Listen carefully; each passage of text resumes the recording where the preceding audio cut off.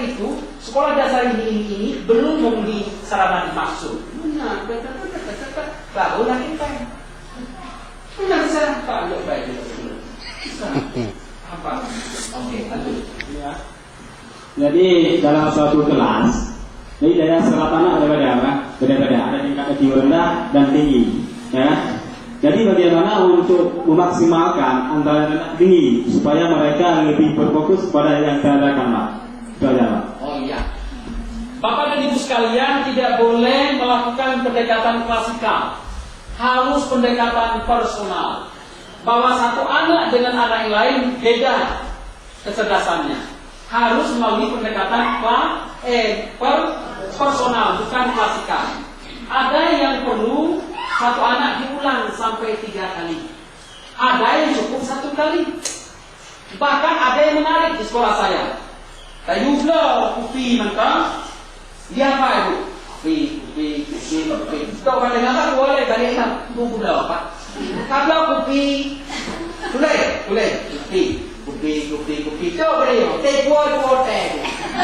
Ini anak buku bimbinganku. Nah yang 3 pegah dia bosan. Pak sudahlah Pak, masa diulang 2 kali. Oh ya. Maka perlu didekati lagi jak benar. Dibantu, kamu hati dipegah Pak bila tu. Nah yang kerja pegah kah kalau Pak. Tidak kan dia kata Pak, hello Pak. Menurut kita pegah secara umum mana? Oh belum Pak. Dia kata pegah tu, benar. Dia pegah baru Pak.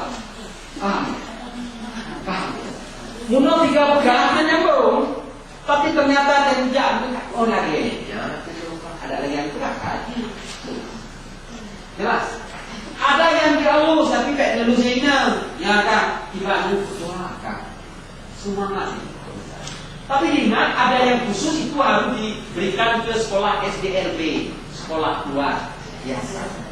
Yang kamu salah pertama oleh Pak Muhammadiyah itu. Kadun dulu kado kopi, nyok Pak. Tidak di sana. Tu Pak kebelamanya aku gitu deh. Berarti Pak tidak itu kuat kopi. Bang lagi. Tapi kenapa itulah kita ya kan? Kata apa? Tidak boleh pendekatan klasik, tapi pendekatan personal. Karena metode saya itu habis tuh. Kalau untuk yang satu ini. Sebenarnya tidak habis Bu, kepada yang sudah tepat, maka langsung Ibu berikan tugas yang lain. Dia bekerja untuk menyelesaikan tugas yang lain. Bahkan direncanakan ke depan ada sekolah akselerasi, sekolah percepatan. Jadi kalau memang bisa loncat kelas, silahkan saja. Tanpa harus duduk sekian tahun di satu kelas. Kalau kemampuan di atas rata-rata, sehingga kita tidak aniaya. Tetapi tidak ada sekolah seperti itu kita di negara kita ini. Di tempat lain, insya Allah di Pulau Jawa sedang dicoba, namanya sekolah akselerasi. Anak-anak yang pintar boleh naik kelas, walaupun belum mencapai target waktu yang ditentukan. Boleh naik kelas karena kemampuannya di atas rata-rata. Itu sebenarnya. Tapi untuk mengantisipasi sementara waktu, dia jadikan sebagai contoh model. Dia berkolaborasi dengan rekan-rekan yang lain sebagai menguji pengetahuan yang telah dia peroleh.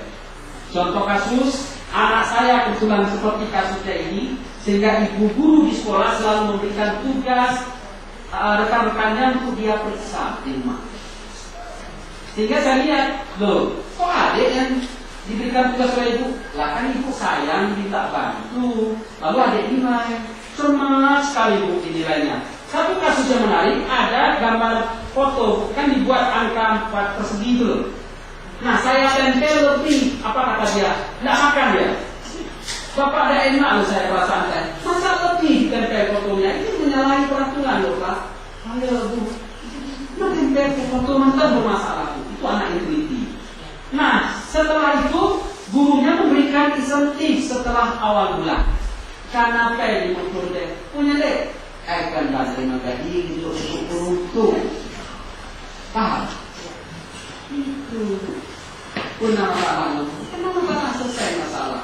Jadi guru alternatif. Kadang-kadang anak itu Pak memang anak itu mengatur. Kadang-kadang guru yang tidak kreatif misalnya. Ini pun agak sedikit apa ya Pak, kalau mengungkapkan keadaan di sekolah. terkadang anak saya protes kalau misalnya bukan tidak di dalam pelajaran, misalnya ini tidak ada roster hari ini kok matematika, kok ini ada